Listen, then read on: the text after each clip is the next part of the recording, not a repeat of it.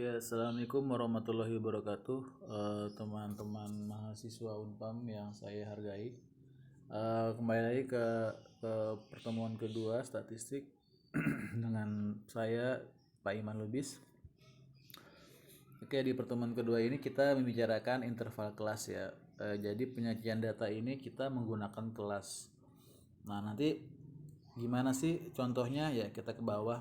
Nah, kita bisa lihat ini kalau kalian punya misalnya honor per jam karyawan, contoh lepas UP kan, data ini banyak ya, seperti ini variasinya ya.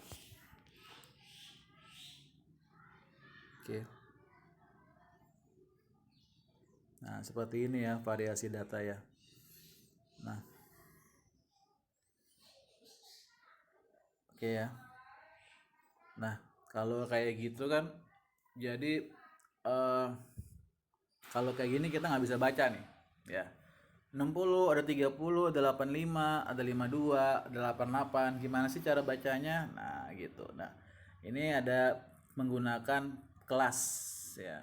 Ada tujuannya di sini adalah mengolah data mentah, bentuk tabel, menentukan interval kelas, batas kelas sesuai kebutuhan, menentukan bagian-bagian dari distribusi frekuensi. Oke. Jadi eh kalau di sini ya pengertiannya mengelompokkan data ke dalam beberapa kategori yang menunjukkan banyaknya data dalam setiap kategori. Jadi misalnya dalam 5 kelas, setiap kelas itu ada berapa data. Nah, gimana sih cara buatnya? Nah, saya bikin definisi dulu ya biar lebih seolah-olah sesuai perjalanan hidup ya. Susunan data menurut kelas-kelas tertentu, sedangkan menurut Surharyadi Purwanto, distribusi frekuensi adalah pengelompokan data ke dalam beberapa kategori yang menunjukkan banyaknya data dalam setiap kategori. Dan setiap data tidak dapat dimasukkan ke dalam dua atau lebih kategori. Oke, tujuannya adalah memudahkan dalam penyajian data dan mudah dipahami dan dibaca sebagai bahan informasi. Nah, tujuan ini yang kita mau capai gitu. Jadi data itu kalau kita nggak sajikan dengan baik, pembaca bingung gitu. Tiba-tiba kamu bikin skripsi, terus latar belakangnya cuman data ini, orang bingung gitu. Jangankan orang, kamu aja bingung. Coba ya, kalau kamu bikin skripsi, terus kamu bikin sebagai latar belakang ini, bingung nggak? Terus apa yang mau dilihat? Paling dibilang terjadi variasi karyawan honor harian per jam. Nggak, ya jadi begitu akhirnya karena nggak penting.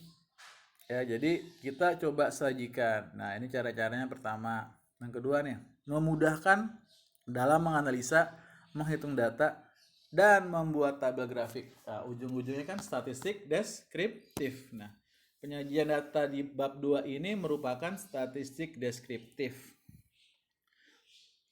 Jadi biar agar bisa mudah dipahami oleh pembaca. Fenomenanya apa sih gitu.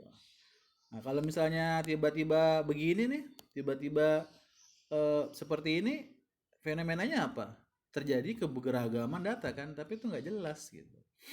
Nah, oke, contoh satu, satu, buat kelas, dua, buat batas kelas, tiga, buat tepi kelas, empat, buat titik tengah, 5 buat kelas interval, 6 panjang kelas, 7 frekuensi kelas.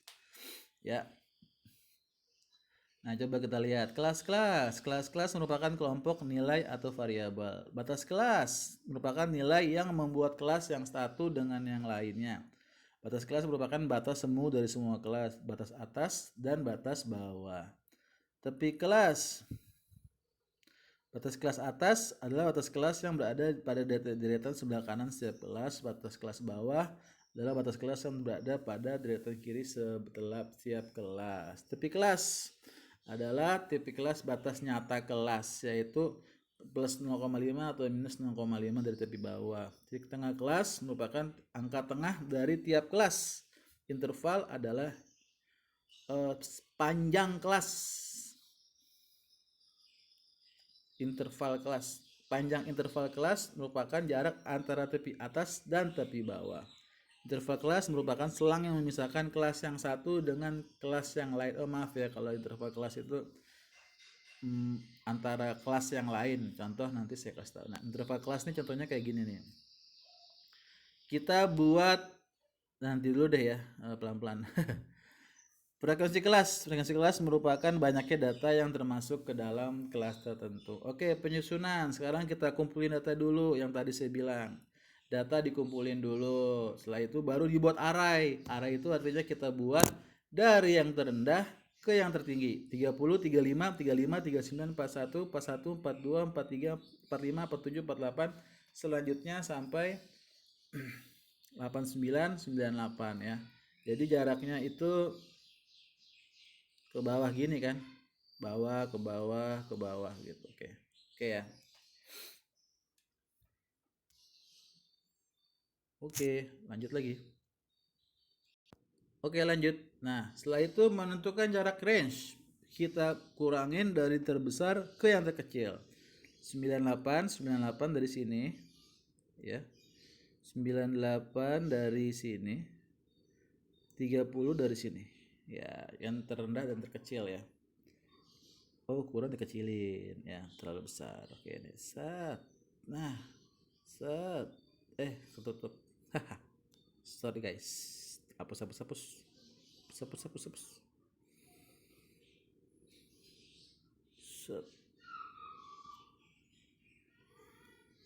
Set. Waduh.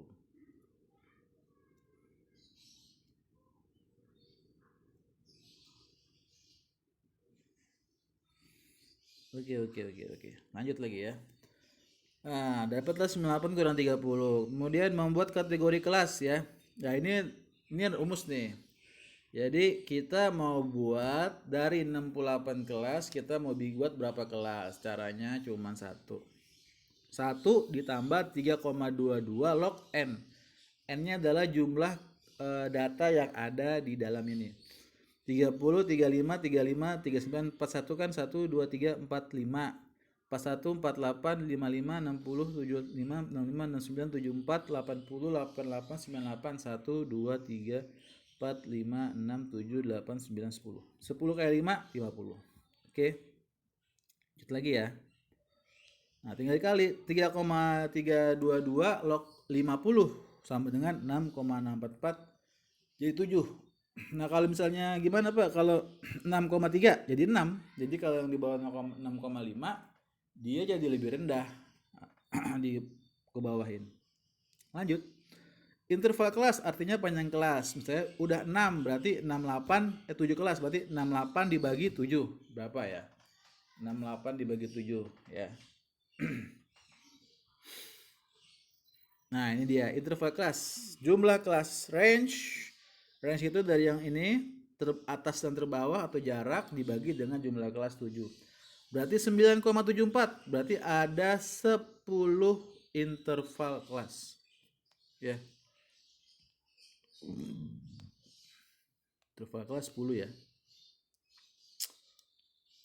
Jadi 30 ke 39 ya, itu 10 ya. Nah, ini. Nah, 30 ke 39 itu 10. Oke. 30 ke 39 itu 10. Ya. Kan 39 kan hitungannya 30, 31, 32, 33, 34, 35, 36, 37, 38, 39. Jadi 10 ya. Nah, lanjut lagi. Terus menentukan bagian frekuensi. Nah, ini contoh melakukan tanda data. Jadi misalnya 30 sama 39 itu berapa biji ya? Berapa yang ada di dalam 30 sampai 39 kita bisa hitung di sini. Ya. 1 2 3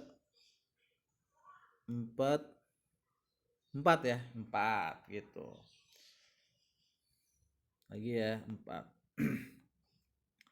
Yang ada di 40 sampai 49 kita coba ya. Kita coba. Kita hitung. 40 ya. 1 2 3, 4, 5, 6, 6. Nah, kenapa mudah? Karena kan kita sudah mengarai data. Mengarai data artinya membuat dari kecil ke rendah. Nah, inilah tugas kalian ya. Bisa dilihat di sini bagaimanakah menentukan bagian-bagian distribusi frekuensi. Nah, banyak dari tabel frekuensi berikut ini tentukanlah banyaknya kelas. Nah, gampang ya. Banyaknya kelas yaitu 5. Kita bisa hitung dari 1, 2, 3, 4, 5 ya. Jadi 1, 2, 1, 2, 3, 4, 5 ya. Kemudian batas kelas bawah. Nah, batas kelas bawah itu yang 50. Batas kelas atas yang 59 kan gitu. Batas kelas bawah 50, batas kelas bawah di sini ya. Batas kelas atas ini batas kelas bawah 50, 60, 70, 80. Batas kelas bawah atas di 59, 69, 79, 89, 99 ya, bisa dilihat ya. Lanjut. Tepi kelas bawah. Nah, berarti kalau tepi kelas bawah dikurangin nih, 50 dikurang 0,5, 49,5. 60 dikurang 0,5, 59,5. Ini tepi kelas 2 ya. Kelas 3 70 kurang 0,5. Begitu juga terus kelas atas ditambah 59, tambah 0,5, 59,5. Kelas 2 69 tambah 0,5. Kelas 3 79 tambah 0,5 seterusnya. Titik tengah lebih mudah lagi. Titik tengah kelas. Di situ 50 tambah 59 dibagi 2. Ya, lihat ya. Nih, titik kelasnya ini. Set. Waduh. Waduh. Tutup ya. Oh, nggak bisa ini. Kirim dulu ya. Oke, lanjut. Nah, ini dia nih ya. Titik kelas ini. Set ya. Di kelas ini 50, 59 dibagi 2. Nah, dari situ ya. Begitu juga seterusnya ya. Lanjut. Nah, latihan tugas ya. Silakan mengerjakan latihan tugas nomor 1. Nanti tolong dikerjakan di forum diskusi. Nanti saya pakai pertanyaan ya. Oke, terima kasih. Bab 2 selesai. Sukses selalu. Assalamualaikum warahmatullahi wabarakatuh.